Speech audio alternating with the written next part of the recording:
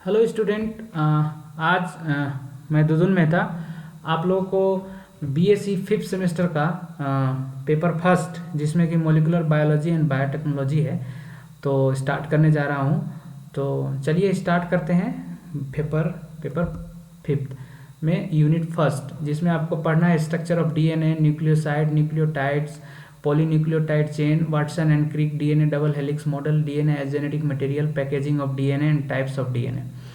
तो इससे पहले हम समझेंगे कि न्यूक्लिक एसिड क्या है। डीएनए के स्ट्रक्चर के बारे में पढ़ने से पहले हम समझेंगे कि न्यूक्लिक एसिड क्या है। तो फर्स्ट टाइम जो है न्यूक्लिक एसिड का डिस्कवरी जो किया था फ्रेडरिक मिसर ने किया था। और किससे किया था? तो पस सेल से, पस सेल के न्यूक्लियाई से किया था उन्होंने। और उसका फर्स्ट बार जो नाम दिया था उन्होंने वो न्यूक्लिन दिया था। उनका फर्स्ट टाइम जो नाम दिया पस सेल में जो न्यूक्लियस था उसको न्यूक्लिन बोला उन्होंने। न्यूक्लिन को जब बाद में स्टडी किया गया तो पता चला कि ये मिक्सचर ऑफ बेसिक प्रोटीन और फॉस्फोरस कंटेनिंग ऑर्गेनिक एसिड है जिसको बाद में लोगों ने नाम दिया न्यूक्लिक एसिड। तो चलिए अभी स्टार्ट करते हैं। Nucleic acid, there are two types of nucleic acid. Two type of nucleic acid हमारे न्यूक्लिक एसिड प्रेजेंट होते हैं। Ribonucleic acid RNA and deoxyribonucleic acid DNA. Nucleotide किसे कहते हैं? न्यूक्लियोटाइड किससे मिलकर बना होता है? क्या होता है न्यूक्लियोटाइड्स? किस किस स्ट्रक्चर से मिलकर बना होता है? चलिए अब इसको समझते हैं। तो monomeric unit of nucleic acid are called nucleotides. Nucleic acid are also called polynucleotides. Nucleotides are phosphate ester of nucleoside and made up of three components. A base, तीन कंपोनेंट से मिलकर बना होता है।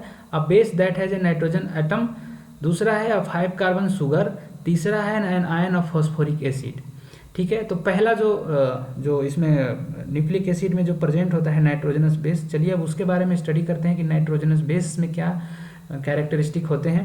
तो नाइट्रोजनस बेस जो है बेसिकली हेट्रोसाइक्लिक कंपाउंड होता है। हेट्रोसाइक्लिक का मतलब होता है कि at least 2 different element as a member of its ring में प्रेजेंट होने चाहिए। तो नाइट्रोजनस बेस में जो है नाइट्रोजन और दूसरा जो है कार्बन प्रेजेंट होते हैं। यह एक प्लानर मॉलिक्यूल है। अगर हम किसी प्लेन पे इसको रखेंगे तो ये सारे इसका जो एटम है वो लाई करने लगा एक प्लेन पे। और तीसरा जो इसका कैरेक्टरिस्टिक है, रिलेटिवली वाटर इनसोल्यूबल होता है। ये वाटर में सोल्यूबल नहीं होता, वाटर में इनसोल्यूबल होता है, वाटर में घुलता नहीं है। तो नाइट्रोजनस बेस में क्या कैरेक्टरिस्टिक होता है? यह एक हेट्रोसाइक्लिक कंपाउंड है, दूसरा एक प्लानर कंपाउंड है, relatively water insoluble aromatic molecules है। अब आगे देखते हैं। नाइट्रोजनस बेस जो होता है वो दो तरह के प्रेजेंट होते हैं डीएनए और आरएनए में, पैरामिडीन और दूसरा प्यूरीन। पैरामिडीन जो होता है 6 मेंबर रिंग होता है कार्बन और नाइट्रोजन का, और प्यूरीन जो होता है 9 मेंबर रिंग होता है नाइट्रोजन और कार्बन का। ठीक है, तो अब देखते हैं हम प्यूरीन किससे। प्यूरीन में the 2 different nitrogenous base with a purine ring. दो तरह के प्यूरीन होते हैं हमारे डीएनए और आरएनए में। एडेनिन जिसको हम 6 एमिनो प्यूरीन बोलते हैं, और दूसरा गुआनोसिन 6 ऑक्सी 2 एमिनो प्यूरीन बोलते हैं। ये आप स्ट्रक्चर देख रहे हैं, इसका जो है 6 प्राइम पे एमिन ग्रुप अटैच है। यहाँ पे गुआनिन में जो है 2 प्राइम एंड 6 प्राइम पे 2 प्राइम पे एमिन ग्रुप और 6 प्राइम पे जो है 6 नंबर पे जो है ऑक्सीजन अटैच है। पैरामिडीन जो है 2 major pyrimidine base found in DNA, thymine and cytosine. Thymine को 5 मिथाइल 2,4 डीऑक्सी पैरामिडीन बोलते हैं, और साइटोसिन को 2 ऑक्सी 4 एमिनो पैरामिडीन बोलते हैं। ठीक है, इन आरएनए में यूरासिल प्रेजेंट होता है 2,4 डीऑक्सी पैरामिडीन, एंड साइटोसिन में 2 ऑक्सी 4 एमिनो पैरामिडीन प्रेजेंट होते हैं।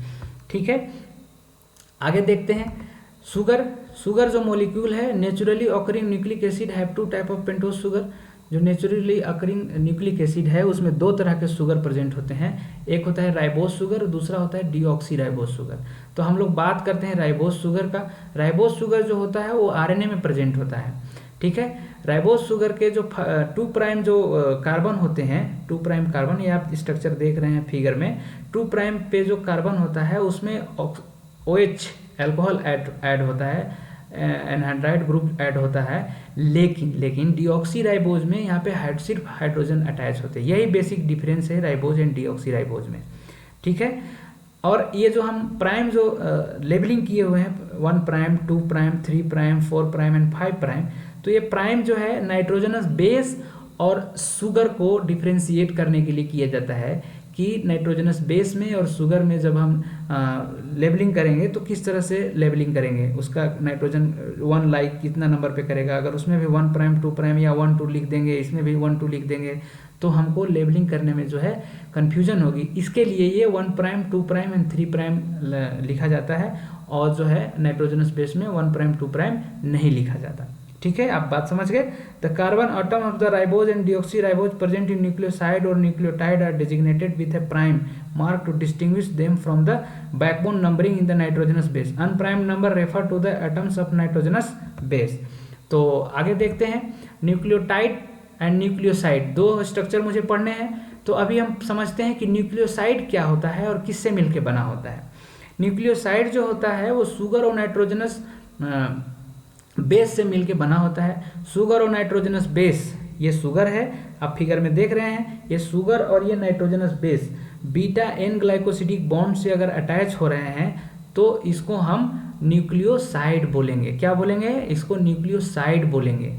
This is nucleoside. Beta N glycosidic bond से नाइट्रोजनस बेस और राइबोज शुगर जब अटैच होते हैं तो उसको हम न्यूक्लियोसाइड बोलते हैं। ठीक है, और ये न्यूक्लियोसाइड जो है आपको बेसिक स्ट्रक्चर है न्यूक्लिक एसिड का। तो आगे देखते हैं, क्या nitrogenous base is free to rotate around the glycosidic bond? क्या नाइट्रोजनस बेस जो है ग्लाइकोसिडिक बॉन्ड के अराउंड रोटेट कर सकता है और दो कॉन्फ़िगरेशन में प्रेजेंट रह सकता है? क्या पॉसिबल है कि यह दो कॉन्फ़िगरेशन में प्रेजेंट रहे? हाँ, यह ग्लाइकोसिडिक बॉन्ड के अराउंड रोटेट कर सकता है और दो कॉन्फ़िगरेशन में प्रेजेंट रह सकता है। ये दो कॉन्फ़िगरेशन जिसको कहा जा सकता है सिन कॉन्फ़िगरेशन और एंटी कॉन्फ़िगरेशन में। प्यूरीन के केस में यह दो कॉन्फ़िगरेशन सिन कॉन्फ़िगरेशन और एंटी कॉन्फ़िगरेशन दोनों कॉन्फ़िगरेशन में प्रेजेंट रह सकता है, लेकिन पायरिमिडीन के केस में यह हमेशा जो है एंटी कॉन्फ़िगरेशन के रूप में ही यह प्रेजेंट रह सकता है न्यूक्लियोटाइड या न्यूक्लियोसाइड में, क्योंकि राइबोज शुगर का जो 5th C5 प्राइम पे जो कार्बन है और नाइट्रोजनस बेस का जो दूसरे नंबर पे ऑक्सीजन अटैच है वह अगर एक ही ओरिएंटेशन में यहाँ पे आ जाए तो इनके बीच जो है स्टेरिक इंटरफेरेंस या स्टेरिक हिंड्रेंस काम करता है, जिसके कारण जो ये मॉलिक्यूल है अनस्टेबल हो जाएगा। दैट्स वाई यह मॉलिक्यूल हमेशा जो है एंटी कॉन्फ़िगरेशन में ही प्रेजेंट रहता है। ठीक है, अब न्यूक्लियोटाइड किसे कहते हैं? अब हम समझते हैं कि न्यूक्लियोटाइड क्या है। तो nucleotide are the phosphoric acid ester of nucleosides with phosphate at position C5 prime. C5 prime पे अगर राइबोज शुगर के C5 प्राइम पे अगर फॉस्फेट अटैच हो जाए तो यही न्यूक्लियोसाइड जो है अब न्यूक्लियोटाइड में कन्वर्ट हो गया। ठीक है, 3 स्ट्रक्चर होते हैं, नाइट्रोजनस बेस, दूसरा राइबोज शुगर और तीसरा जो है फॉस्फेट ग्रुप, और ये तीनों स्ट्रक्चर मिलके जो है न्यूक्लियोटाइड बनाते हैं। ठीक है, ये बात समझ गए आप लोग। Nucleotide can therefore be called as a nucleoside 5 prime phosphate.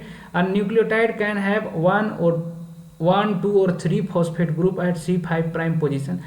अगर C5 प्राइम पोजीशन पे एक जो है फॉस्फेट लाई कर सकता है, 2 फॉस्फेट अटैच हो सकते हैं, 3 फॉस्फेट अटैच हो सकते हैं। ठीक है, उसके आधार पे हम इसको नेमिंग देंगे मोनोफॉस्फेट, डाइफॉस्फेट एंड ट्राइफॉस्फेट। ठीक है, फंक्शन क्या है न्यूक्लियोटाइड का? न्यूक्लियोटाइड का बहुत फंक्शन है। The nucleotide are primary responsible for formation of nucleotide of the cell RNA and DNA। Cell का DNA एंड RNA बनाने के लिए प्राइमरी रिस्पॉन्सिबिलिटी है इसका। दूसरा जो इसका फंक्शन है पॉलीन्यूक्लियोटाइड इन्फॉर्मेशनल मॉलिक्यूल। अगर पॉलीन्यूक्लियोटाइड हो गया तो ये इन्फॉर्मेशनल मॉलिक्यूल है, स्टोर कर सकता है। DNA और RNA फॉर्म में अगर आ गया तो स्टोर करता है, ट्रांसमिट करता है, ट्रांसलेट करता है क्या? Genetic information. जो जेनेटिक इन्फॉर्मेशन है वो जो है स्टोर करता है, DNA फॉर्म में स्टोर करता है, और अगर DNA फॉर्म में या RNA फॉर्म में ट्रांसमिट भी करता है और ट्रांसलेट RNA फॉर्म में करता है। आप आगे पढ़ेंगे रेप्लिकेशन, ट्रांसक्रिप्शन, ट्रांसलेशन, तो इसमें आप समझ जाएंगे कि DNA और RNA जो है क्या क्या कहाँ पे स्टोर कर रहा है, कहाँ पे ट्रांसमिट कर रहा है, कहाँ पे ट्रांसलेट कर रहा है। This function also includes formation of energy currency like ATP और GTP। अभी हम आपको बताएंगे कि एनर्जी करेंसी के तौर पे जो है ATP कैसे और GTP कैसे काम करता है और कैसे इसके पास एनर्जी होते हैं। Act as a precursor for several important coenzyme के तौर पे काम करता है, जैसे NAD plus, NADP plus, FAD and coenzyme A। दूसरा जो है इसका फंक्शन जो है serving as a precursor for secondary messenger. जब सेल सिग्नलिंग हम पढ़ेंगे, सेल सिग्नलिंग में समझेंगे तो cyclic AMP and cyclic GMP का रोल समझेंगे। तो cyclic GMP and cyclic AMP जो है सेकेंडरी मैसेंजर के तौर पे काम करता है, वहाँ हम समझेंगे। तो न्यूक्लियोटाइड का जो फंक्शन है क्या है, RNA एंड DNA का फॉर्मेशन। दूसरा जो इसका काम है store, transmit and translate the genetic information. तीसरा जो इसका काम है जो है एनर्जी करेंसी के रूप में सेल को प्रोवाइड करना ATP और GTP के तौर पे। तीसरा जो काम है एक्ट एज ए प्रिकॉर्सर और several important coenzyme such a NAD plus, NADP plus, FAD and coenzyme A। चौथा जो काम है serving as a precursor for secondary messenger like cyclic AMP and cyclic GMP।